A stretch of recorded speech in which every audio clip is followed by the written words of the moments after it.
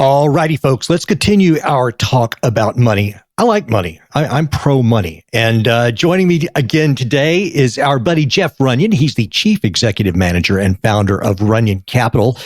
Jeff Runyan has over 2 decades of success as a wealth manager. At age 35, he launched his own boutique firm, Runyan Capital, to help his clientele in Beverly Hills, SoCal, and nationwide. He has meaningful relationships with his clients, and he helps them focus their attention on near and long-term financial objectives using thoughtful planning, evaluation, and investment portfolio allocations. Runyan Capital is a leading wealth management firm in Beverly Hills, serving high net worth individuals, households, and businesses throughout the country, and just regular guys like me. Jeff, welcome back to the show. Hey, Michael, how are you? I am good. It is a Friday. Glad to have you back on the show. Yeah, thanks. It's my pleasure. I'm glad to see you again. So let's jump right off. I've got, I think one of the most important things that we could talk about today is just, how you do what you do and what people, what people do in an inflationary time. Of course, our buddy over there, the Fed Chair, Jerome Powell. He's been busy at work. He's been busy at work. So talk about that. Let's talk about what these 4 months of 75 basis point increases mean to regular folks here in America.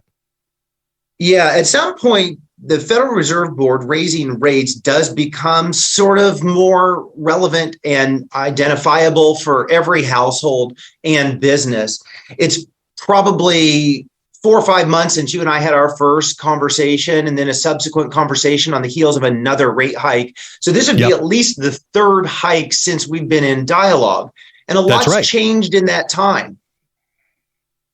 The first hike, go ahead, I'm sorry. That first hike happened in March of this year, and it was 25 basis points. And the market had sort of understood that we're experiencing inflation. Because of the inflation, the Federal Reserve Board has a responsibility to try to help maintain stability in prices. And that's good for everyone, because the more you know, the easier it is to plan. So you can expect some increase in prices of goods and services to step by 2 or 3% a year. Your pay likely will increase at that rate. And so you can sort of stomach those increases in costs. In the next Fed meeting, they raised rates by 50 basis points, and that was in May. But then in June and July, you're right, these 75 basis point increases started to occur. August, there was no meeting. September, there was another 75 basis points. And then just this week, we received the fourth significant 75 basis point increase by the Federal Reserve Board to raise rates on interest. And that applies to everything from the debt, like you're asking about, that a household might experience, everything from a credit card to a student loan, a mortgage, you name it. If it's on borrowed money, the cost of capital just went up. And so the monthly obligation to cover the expense also moved with it. And so this was 4 in a row that we had 75 basis points. This one, everybody, I think, kind of expected it to be 75 again, hoping that in December it would be less, and that, he would come out with a little bit more dovish talk. In fact, he actually kind of came out with slightly gloomy talk. He said, we still have some ways to go, and incoming data since our last meeting suggests that the ultimate level of interest rates will be higher than previously expected. So what do you think he does in December? I think that you can probably rest assured that if any of the data looks like it has up till this point, interest rates continue to climb. The overall sort of consensus on the street or Wall Street would be that rates go up 50 basis points. But again, as you get closer to that date, then the likelihood of feeling confident about that number may change. If unemployment were to really step up and increase, or the number of jobs outstanding start to shrink rather, then all of a sudden you might see some different action. But just even today, there were new numbers out on unemployment. And while unemployment stepped up, it just didn't step up quite that much. Now, some see it from 2 different lenses. So one lens would be to look through and see, wait, unemployment did increase, That's what the Fed's trying to accomplish. They're trying to slow the rate that employers bring on new hires. And it doesn't matter what you read, you'll notice that Amazon, their corporate executives are saying there's a pause on hiring. Lyft, the company, the rideshare company, just laid off 13% of its employees. Twitter, maybe for different reasons, also is making some major restructuring right now. But the sentiment is different. It's that there's not this feverish hunger to chase new talent or bring on new people. And so it's just a little different, almost unobtainable or untouchable feel, but it's different right now. Speaking with Jeff Runyan, we're going to take our quick bottom of the hour news break, and we will be back in just a couple of minutes. We are going to continue our talk about what you may want to do in order to get through these times ahead, because that's what Jeff does. We'll be right back. This is TNT. Jeff Runyan is my guest for the remainder of this hour. He's the chief executive manager and founder of Runyan Capital, Runyan Capital. And Jeff, I was thinking, because I was looking on the net, what do people do in a time like this? We've got inflation at 40 years high. And like, if I came to you right now, I'm just a regular guy off the street. I show you what my financials are, what I own. And I ask you, Jeff, what do I do right now? Should I save? Should I pay off debts? Should I invest in things? Let's just start from there so that we could tell people what you think the regular guy should do right now going into, that's we don't have a crystal question. Ball. Well, even without a crystal ball, some of those questions we can actually identify in more black and white and be right. Sometimes you need a crystal ball to answer some of these questions, but when rates climb and rates of debt or interest on debt climbs, a person who has credit card debts at high rates, that's a place where you want to pay it off immediately. You want to pay it off before anyway, but it becomes more relevant, more critical as rates continue to creep higher. So that would be a for sure sort of suggestion or recommendation to sort of anyone. There's also opportunity. It's not always that it's the worst outcome for rates to climb, because if you think about what deposits in a bank account earned in all of the recent years, you could probably measure in pennies how much of interest was collected or accumulated. And I don't even need to know how much the balance was. It could be $500,000. It could be $1 million. But if it's at 0.01%, it's not a lot of money. But now all of a sudden, the rates that you'll earn on deposits start to climb. And so it creates an opportunity where the person who is a saver, well, now all of a sudden you have better opportunities. What can you do with the money to earn a little higher interest income? So, for example, a person could buy a bond, a certificate of deposit, something that's safe but gives them more. Well, that was going to be one of my questions, is like, should people buy bonds at this time? And I guess you're saying yes. Yeah. And so you can make all kinds of different decisions. Just for every listener to know, a bond, of course, is an investment, but the type of investment that it is very different than a stock. A stock represents ownership in a company. So if the company does really well, then of course your stock price can climb. If the company doesn't do well, then the share of that company stock will shrink in value. But a bond is a little more definite. And what it is it's a loan. You're making a loan either to a corporation, Amazon, General Electric, Amazon, you name it, municipality like the state of California or city of Los Angeles, and you can make it, of course, to the United States government or other governments. And it would be considered to be the safest investment on the planet to loan to the U.S. government, partly because, of course, if they were to run out of money, they have a printing press and they can just print more. Yes. So they pay you the lowest yield, you earn the lowest reward from them. But what's happened in recent months is the yield that you can earn on a bond has climbed so much. So January 1 of this year, if you were to buy a bond that matured as soon as 3 months, meaning just 90 days, you'd earn 0.05. Anytime you start a number with zero and then the decimal and another zero, you know it's little. But that same bond now would pay you more like in excess of 4%. Now, that's an annualized rate, just to be clear to every listener. It's not like you earn 4% in that quarter. It's 4% as if you owned it for the entirety of a year. So it would be a quarter of that. But 4% a year is still a whole lot more than what we've seen in a long time.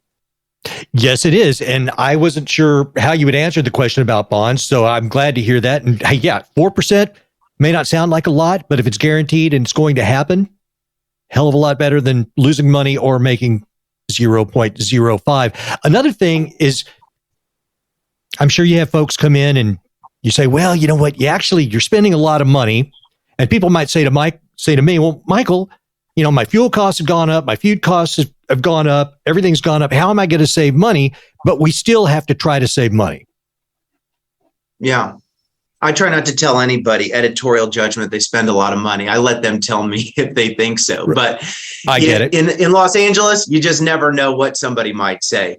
So one of the things that I'm particularly sensitive to is, you're right. Like, regularly discretionary expenditures, they are climbing. If you go to the market and pick up your regular basket of groceries, wow, it's different. Yes, and there's a lot of reasons for that. And it seems like consumer spending is still pretty healthy. Yeah, it does appear so. So even with rates rising, consumer spending has still been strong, which is helping hold the economy together. I think you'll start to see that slow down a little bit. I mean, the economy would be well served if it did back off a bit, because that would be the signal to Jerome Powell and his colleagues that maybe that we're at a point where if consumption slows, then they're achieving their goal because they reduce demand. If demand reduces, then all of a sudden, then prices don't escalate at the same rate. So that would be sort of a win from the Fed's perspective. And in fairness, Jerome Powell says we don't want to induce a recession. Like, they really don't want to do that. That hurts households. It hurts economies. Sometimes people will say, well, what's the definition of a recession? Formerly, earlier in this year, it would have been 2/4 of shrinking GDP. That's gross domestic product. Now, there was a shift in the definition from the administration this year, saying not just because you have 2/4 of shrinking GDP, do you really have to define it as such, because there are some other outstanding circumstances. I say a name like Shakespeare, a rose by any other name is still a rose. If it looks like a flower and smells like a flower, there's a good chance that it is one. And I understand he doesn't want to induce a recession, but I would argue that we are already in a recession. We've been in a recession for a while. That is a result of lack of action in 2021, kind of getting late to the game this year. I think that that's probably what a lot of people would share, that similar feeling. The idea of Jerome Powell saying we don't want to induce a recession. He's saying we don't want to, but even more than not wanting to induce a recession, they don't want inflation to stay at this high of a level. So they're willing to risk recession to get under control the rate of inflation. What's interesting is, even at the very beginning of this year, the language that you heard out of the Fed and what you would read, it was especially focused on inflation is transitory, sort of ephemeral, as in it's coming and it's going, but it'll dissipate. But the reality is that word wasn't what reality and evidence have sort of demonstrated. So now the language is shifted. So it doesn't matter if you read the New York Times or the Wall Street Journal, you would turn into Fox or wherever you consume news from, they're all using a different couple of sets of words and vocabulary. The vernacular now sounds more like, is inflation entrenched? Or it's becoming stickier, meaning it's sort of staying around longer. And if the costs to produce go higher and higher, then it will become part of what you expect, because once people or companies raise their prices, they don't tend to lower them. Yep. Well, if I walk in, let's talk about what you do for people. So I come in, got the wife with me, and we lay it all out there to Jeff, and it's like, this is what we got. Tell me how you talk to your clients, and what you encourage them to do or what you help them do. Yeah, so that's a great question. Thank you for asking it like that. What we start with is really what matters most to a household, and every household is different. So financial goals and objectives. What are you trying to accomplish, and when are you trying to accomplish it by? as in I want to build a portfolio, I want to retire, I want to pass money on to my kids, whatever that is. And then once we identify it, we work backwards to understand, okay, if you're planning on retiring, you're going to need income sources to replace the wages that are now not earned. So where will income come from? And some will say, well, I have a pension, or I have Social Security, or I have a portfolio, or I have some combination of all of those different elements. And we work to figure out how much does the portfolio have to kick off? I mean, as in generate in income annually to help offset all the expenses that a household would otherwise incur. And the good news, it's sort of going back to a few minutes ago, the good news is now all of a sudden, there used to be what was called the 4% rule. It was really even 4.5% if you go back far enough, how much money a person could take from an investment portfolio consistently over time and not expect the principal to erode or deplete. But as interest rates started to decline in the last 10 years or even longer, that turned from 4.5% into the 4% rule. And a year ago, the Wall Street Journal ran an article saying, is the 4% really the 3% rule? And so the expectation of what one could take really shrunk over time. But now all of a sudden, you can buy bonds from the US government that'll pay you 4.5% in the course of a year. You can buy a bond from a corporation like Bank of America or JP Morgan or Royal Bank of Canada that you could own for 13 months that'll pay you 5.2%. Of course, none of these are recommendations. They're just insight into what the world looks like. And typically for an investor, the longer that you'd be willing to lend money to someone, the more you would anticipate to receive in return. And so you can get 2-year bonds that would maybe pay you closer to 5.75% and 3-year that might even drift as high as 6, but it doesn't go much higher than that. In fact, the opposite is happening. There's what's called an inversion. So in the treasury yield, you get less interest if you loan money to the US government for 10 years than if you do for 2 years. And the reason that happens is because there's an expectation that interest rates won't really stay that high in perpetuity. So over 10 years, there's a thought that the economic world does not fully believe interest rates can go and be at an elevated rate without backing off some. Now, I'm not saying that they're going to change anytime soon. I think to the contrary, we know that they're going up first. So it sounds to me like you're better off buying the shorter term bond. Now, the Wall Street Journal today says investors are hungry for what's called short term, because all of a sudden now, what you know you can get, it's guaranteed. So if I can get 4, 4.5, or 5%, and I get it guaranteed from the U.S. government, then all of a sudden I'm more inclined to want to take that kind of minimized risk to get some rate of return, rather than hopeful with other positions that it will go up over time when I'd have to get a lot more additional premium, a lot more for that additional risk. All right, I'm going to ask a total newbie question. You know, I've got a portfolio. I buy and trade stocks, but I have never bought bonds. How does a person buy bonds? That's a good question. I'm sure you can do it online if you do it on your own. I have no idea about that. Typically, people do all of that through us. But the bond world is extraordinarily expansive. More money moves and trades hands in the bond markets every day than the stock markets by a significant multiple. Pension funds, institutions, endowments, they have an extraordinary amount of money in bonds, because bonds we've mentioned the word safety and we've mentioned the guarantees. Those are not guarantees from Jeff Runyan, Runyan Capital, our broker dealer, Wedbush. Those have nothing to do with us. They're all from the full faith and credit the issuer. So if it's the U.S. government, the full faith and credit of the United States government. If it's from Amazon, you have the full faith and credit of the issuing company that they'll pay you back. And from an important sort of standpoint, in an event of a bankruptcy for a company, the debt holders are paid first. They are preferred over stockholders, and so they get paid back first. So it's just a more secure position. Jeff Runyan is my guest on this Friday afternoon. He's the chief executive manager and founder of Runyan Capital. And I've already learned something. And this is why you go to a guy like Jeff. It's like, I always thought bonds, well, that's kind of unsexy. It's like, you know, we're always chasing that hot stock tip or thinking about real estate or this, that, or the other thing. But that's why we come to a person like you, Jeff. So tell me something else that typical people don't really think about that you can educate them on and help guide them on as they're trying to fulfill their financial goals.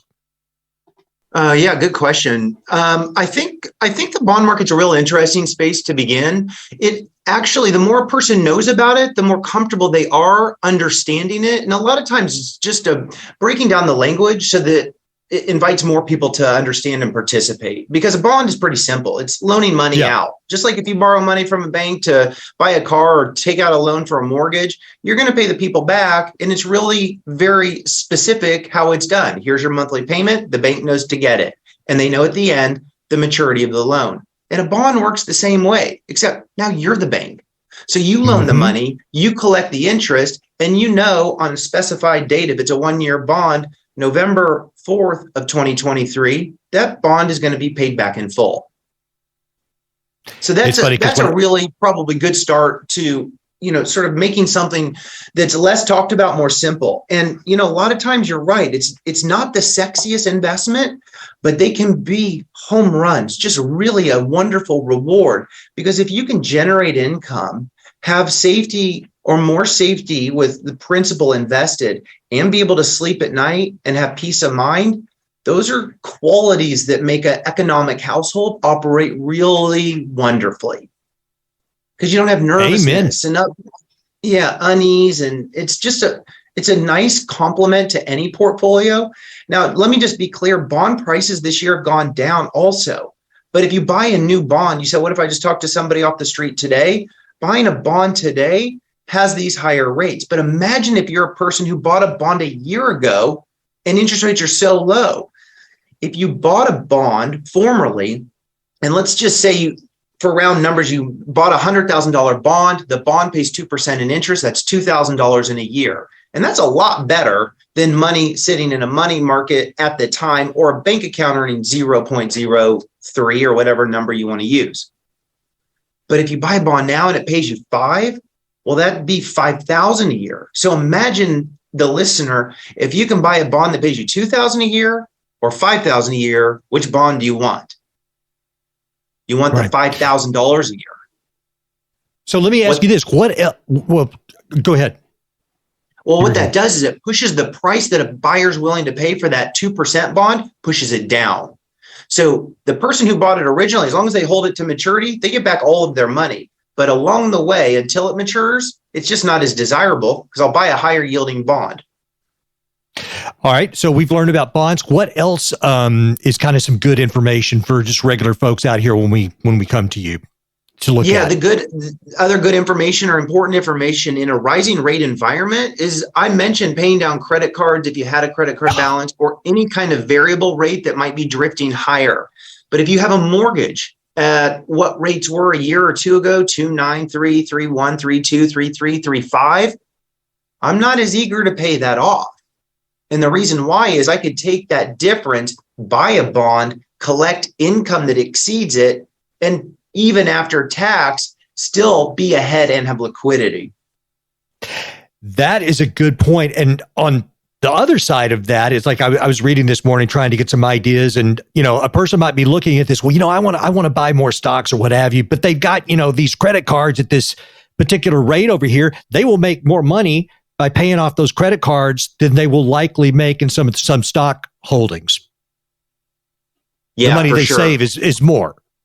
It's a better return. So it's like, it's a bird in the hand versus two in the bush. If you can guarantee yourself to pay off a 20% credit card, well, we want to do it. I always want to run more money than less, but if it's the better outcome for the client, pay off that debt first, you got to do that first. That's like goal number one. And once you get out from underneath that, then you start to feel a little bit more comfortable, because you've laid strong groundwork or foundation to be able to build on that investment portfolio. You guys also offer special kind of programs for like women, for athletes. If you're dealing with a woman, what are the different aspects for her that it would be for me? Let's just say I'm a single guy versus a single woman. What is the difference there? Yeah, so that's a good question. The investments don't change, the structure doesn't change, but the language sometimes shifts. So a man wants to talk about on aggregate investments, sometimes in a different way. A woman oftentimes will talk to us about just in different language, and we want to make it clear. For sometimes, like the invested woman concept came about for widows who formerly weren't managing the wealth in the household, and now all of a sudden, if they're on their own, they have to. Or for a successful woman who's really good at building her own business, but wants some help on also how do you run the portfolio. We have lots of women who have come to have a great deal of wealth from whatever various ways. And it takes time to build trust and rapport with a person so they feel like, you know what, he really heard me. I think he knows what I'm trying to accomplish. And if we're on the same page, we can get there with the same roadmap together. And that's a trust element that takes time and is usually from the spoken word and just being together. That makes sense. That did not occur to me. I was thinking about it, I guess, in a different framework. We've got like probably 5 or so minutes left. I kind of want to give you the floor. Whatever is on your mind, whatever you see is important right now, I want you to be able to express it. I think in this environment, a person who has had an opportunity to accumulate wealth, usually older people nearer to retirement is who I'm talking to and with, because it takes time. It's expensive to live a household in Los Angeles or anywhere around. And you have kids and other expenses. So there's always something competing for your dollars. But the person who's nearer to retirement or just now into retirement, it is a perfect opportunity to review the investment portfolio. The portfolio in conjunction with the financial goals and objectives, and just make sure they really line up with one another. It may not be the opportunity set to invest only in high growth companies any longer. In fact, I would say that era is sort of behind us for a while. And so you don't have to make money in the positions that you lost them in if you're down. There are ways to see a glass half full, not half empty. As you go into year end, there's what's called tax loss harvesting. So if someone is down in a position, they can sell it, take the loss on their return, offset any capital gains. And so that's an important complement to any review at year end. There's just so much that's changed in the last 12 months. People had heavy appetites for risk. That's not the economic world that we're in today. So for the person interested in protecting capital, for preservation of principle, I understand some open-mindedness to risk over the long term, but wanting to have something more guaranteed in the interim, there's just a lot of options and alternatives that merit discussion. And so we'd welcome that with any listener that fits for. Yeah, and I don't think that any of us are super risk averse, but it just does not seem like the environment that's the way you would want to move in. You want to build what you have, even if it's a less dramatic pace than what you would like. You want to keep what you got. The other thing that I think is interesting right now are what are called municipal bonds, and their prices have been beaten up this year also as yields on bonds have gone up. That means prices on existing or formerly owned bonds have gone down. Municipal bonds, tax exempt from the federal government, and if they're issued from your state of domicile, as in if you live in the state of California and you own a California municipal bond, it is also state tax exempt. So that's one of your only preference items on the tax return, especially with limitations on like SALT, state and local tax deductions, mortgage interest being capped at some certain level. So you can earn income federally tax exempt and state tax exempt, and those prices have been beaten up. And I think that they look opportunistic, and I'm not alone in that camp. Love that. So municipal bonds. Yes. I like that. Give us another idea or two. We got about 2 minutes left, and the floor is yours. All right, thanks. I think the other thing worth recognizing is inflation's real. It was at the beginning of the year when Social Security announced that for 2022 and the increase in the cost of living adjustment was going to be 5.9%.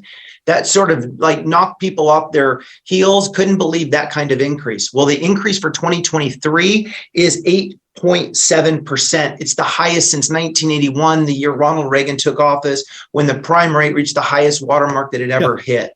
So we're dealing with real inflation.